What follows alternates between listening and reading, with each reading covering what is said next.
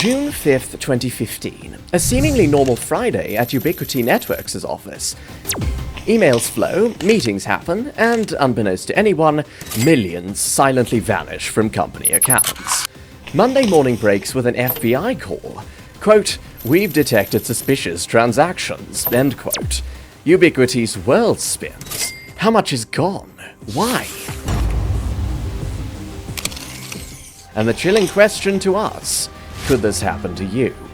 Let's unravel this digital heist step by step. $46.7 million disappeared. How did cybercriminals pull it off? What vulnerabilities allowed this to happen? And most importantly, what can we learn to protect ourselves from similar threats? The perfect disguise. How hackers infiltrated Ubiquiti. Imagine you're an employee at a large company. Not an executive, but certainly high up in the command chain. Your high position comes with higher authority, but as the saying goes, great authority requires great responsiveness or something. It's a stressful job. You've got people below you that depend on you doing your job well, and people above you with the power to demote or fire you if you don't. In business, speed and efficiency is definitely one thing that can determine that. So, imagine you are this person. Let's call you Michael Hunt for the sake of story. You're sitting there at your desk, managing the books, overseeing finances, and you get an email. That's alright, you get instructions via email all the time. But oh my, this one's from the actual CEO. Emailing you, mid-level Mike from finances. Must be important. You open it, and it's mostly the standard business dialogue. "Hey Michael, just double checking that you got the transfer order from yesterday. I ordered it, and it is your job, but I'm not seeing it here. It's kind of urgent, and we're being held up here. For reference, it's the $46.7 million to the account." You're sat there thinking, oh my god, I'm doing my job so badly. The CEO is personally asking me to do better. I should probably listen. So, you wipe the sweat from your brow, do the transfer, and thank whatever deities you pray to that this was a courtesy reminder and not a request for your resignation. Crisis averted. Well done. Or is it? Well, turns out your CEO's email address was jamesbond@emails.com, but James Bond with an E at the end of Bond. This email was Bond without the E. You've just fallen victim to the CEO scam. Well done, Michael. You just transferred $46.7 million out of company accounts to some random scammer who played you like a fiddle. This is obviously a simplification, and as the company itself never disclosed the details, this is basically just the generic template that these impersonation scams have. And this is the exact type we're dealing with today. The criminals couldn't be amateurs, or they'd never pull this off. They pored over publicly available information, scoured social media profiles, and likely even dug through the company's actual trash for discarded documents. Why? Because to pull off a successful business email compromise attack, you need to be indistinguishable from the real deal. Before they even try, they already know the names of key executives, their writing styles, even the kind of language they use when things are urgent. They understand the company's financial processes and the types of transactions they regularly conduct. But email addresses are unique for the most part. Won't that stop them in their tracks? Well, no. With the right tools, making an email look like it's from CEO@ubiquiti.com, when it's really from hacker@shadywebsite.com, is surprisingly easy. The hackers paid attention to every detail. They mimicked the formatting of official Ubiquiti communications, matched the company's usual style, and crafted a narrative designed to create urgency and make the recipient feel important. The real genius was in the details. The hackers included just enough specific information to make the request seem authentic, without providing so much detail that it might raise suspicion. They referenced real projects or used industry jargon correctly. They might have even mentioned a recent company event or decision to add an extra layer of authenticity. And then there was the psychological manipulation. The email likely emphasized the need for secrecy and quick action. Something like, "Due to the sensitive nature of this deal, please do not discuss this with anyone else in the company." This isolation tactic prevents the recipient from seeking a second opinion that could have exposed the fraud. In our little fable with our good friend Mike H., the request was a transfer of a massive amount of money all at once. The true criminals were a bit more subtle. That first transfer, it was small. It was the cybercriminals testing the waters, seeing how far they could push their luck. Over the next 17 days, they would go on to orchestrate a digital heist that would make even the most daring bank robbers green with envy. 17 days of deception. The scam unfolds. How does a company lose $46.7 million without anyone noticing? The answer? Slow and sneaky. The days tick by for our victims and the hackers. Waters have been tested. Our perps were now ready to dive in. Over the coming days, the hackers ramp up their game. What started as a single fraudulent transfer request evolves into a sophisticated web of lies. They craft increasingly urgent messages, each one more convincing than the last. As the requests for wire transfers keep coming, a psychological phenomenon known as the sunk cost fallacy kicks in. The financial team, having already sent significant sums, feels compelled to continue. They've invested too much to back out now. With this much money, it can't possibly be a scam. The hackers, master manipulators that they are, understand this psychology all too well. They keep the pressure on, always dangling the carrot of a big payoff just around the corner. Each new request comes with a plausible explanation, a sense of urgency that overrides caution. Over those 17 days, Ubiquiti made not one, not two, not 7, but 14 separate wire transfers. The cybercriminals spread their ill-gotten gains across a network of accounts in countries like Russia, China, Hungary, and Poland. It's a tactic that makes the money nearly impossible to trace. But how does $46.7 million vanish from a company's accounts without setting off every alarm in the financial district? It's a question that would keep any CFO up at night. The answer lies in a perfect storm of human error and systemic failure. Ubiquiti's internal controls, the very safeguards designed to prevent such catastrophic losses, failed spectacularly.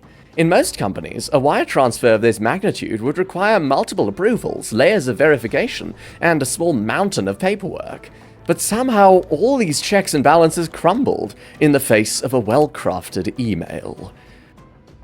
As the days tick by and the transfers continue, you might be wondering, when does the other shoe drop? How long can this go on before someone realizes the terrible truth? The FBI calls. Ubiquiti's world turns upside down. Picture a Monday morning at Ubiquiti Networks. The office hums with energy, but in one moment, routine shatters into chaos. The CEO's phone rings. It's the FBI. How would you react if you were in the CEO's shoes, hearing that your company had been hemorrhaging millions without your knowledge? The words wire fraud and millions stolen cut through the air like a knife.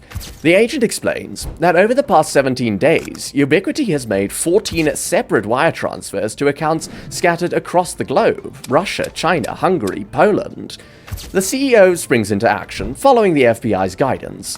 They contact financial institutions, hoping to halt or reverse some transfers. Every second counts in this high-stakes race against time. The cybersecurity team dives into their systems, searching for traces of the hackers. IT goes into overdrive, locking down accounts and changing passwords. It's a digital fortress being sealed from the inside. But it's too late. As the day wears on, the challenge of recovering the stolen funds becomes clear. Cybersecurity expert Brian Krebs explains, recovering stolen funds sent overseas is particularly challenging. The complexities of international banking laws, combined with the speed at which funds can be laundered, make it a daunting task. End quote. Once money crosses international borders, it enters a labyrinth of jurisdictions and banking systems. The criminals spread the stolen millions across multiple countries, creating a tangled web Ubiquiti must now unravel. But despite the odds, Ubiquiti's swift action yields hope. Within days, they recover $8.1 million. It's a small victory. Very small. As news spreads, it sends shockwaves through the tech industry. Companies scramble to review their own security measures. The FBI seizes the moment to emphasize robust cybersecurity, stressing two-step authentication and verification of significant transactions through alternative channels. For Ubiquiti, the road ahead is long and uncertain. The initial recovery is encouraging, but it's just the beginning. As they pursue the additional millions, it's an uphill battle. The aftermath, counting the cost. As the dust settled on Ubiquiti's $46.7 million nightmare, a harsh reality began to set in. The financial loss was just the beginning of a cascade of consequences that would shake the company to its core. Ubiquiti, a tech giant once seen as a beacon of innovation, now facing a crisis of overconfidence. Ubiquiti's stock price plummeted as news of the scam broke, sending shockwaves through the investor community. The market's reaction was swift and merciless, with shareholders questioning the very foundations of the company they had trusted with their money. The incident exposed gaping holes in Ubiquiti's internal controls. An internal audit painted a grim picture, deeming the company's processes ineffective. This wasn't just a minor oversight, it was a fundamental weakness that had allowed millions to slip through their fingers. The repercussions didn't stop there. Ubiquiti found itself under the microscope of regulatory bodies, facing potential legal consequences for its lax security measures. The FBI's investigation revealed a startling truth. Ubiquiti's systems hadn't been compromised by some high-tech hack. Instead, the company had left its doors wide open through inadequate internal controls. In response to this perfect storm of financial loss, regulatory scrutiny, and reputational damage, Ubiquiti had no choice but to overhaul its entire approach to security and financial management. The company initiated a series of operational changes that would reshape its corporate culture from the ground up. Picture mandatory cybersecurity training sessions, new approval processes for financial transactions, and a complete revamp of communication protocols. Every email, every wire transfer request now viewed with suspicion. The carefree days of trusting a simple email were over, replaced by a culture of vigilance and skepticism. While Ubiquiti was implementing these changes, they were also locked in a legal battle to recover their stolen funds. The company managed to claw back $8.1 million and had its sights set on an additional $6.8 million. Yet a staggering $31.8 million remained unaccounted for, a constant reminder of the price of their oversight. Ubiquiti's experience became a cautionary tale for the entire tech industry. It highlighted the vulnerability of even the most sophisticated companies to social engineering hacks. The incident underscored a crucial lesson. In the digital age, a company's greatest weakness isn't its technology, but its people. The elusive cybercriminals. Who were they? As the dust settled on Ubiquiti's $46.7 million loss, a new challenge emerged, catching the faceless criminals behind this audacious heist. But how do you track down thieves who exist only in ones and zeros? Think about it. How do you catch someone who can change their identity with a few keystrokes? The attackers behind business email compromise, BEC scams, are digital chameleons. They blend in seamlessly, using tricks like spoofing email addresses that look almost identical to legitimate ones. These cybercriminals are more like digital stalkers. They spend weeks, sometimes months, studying their target. They learn the company's communication patterns, its relationships, even the writing style of key executives. This meticulous preparation allows them to craft emails so convincing, so perfectly timed that even the most vigilant employees can be fooled. Now, you might be thinking, surely with all our technology we can trace these criminals. But the internet is a vast, borderless space. Tracking these criminals is like chasing shadows on a digital highway. A hacker in Russia can route their attack through servers in China, bounce it off networks in Hungary, and make it appear as if it originated in Poland. This decentralized nature of the internet provides cybercriminals with the perfect shield. Law enforcement agencies find themselves in a frustrating game of international whack-a-mole. So, who are these digital masterminds?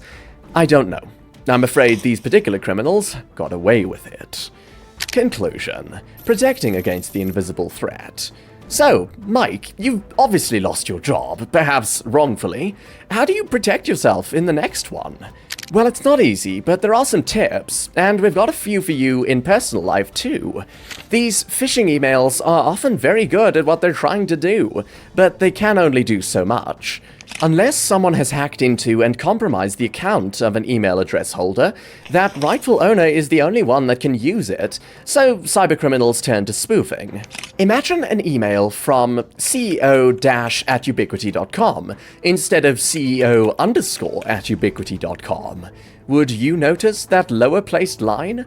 Well, you should absolutely look for it, or any inconsistencies, misspellings, and incorrect details. But what if it is the correct address, but a compromised account? As a rule, for transfers or requests from specific people, double-check it's actually from them by contacting them some other way. Phone them, or go up to them in person.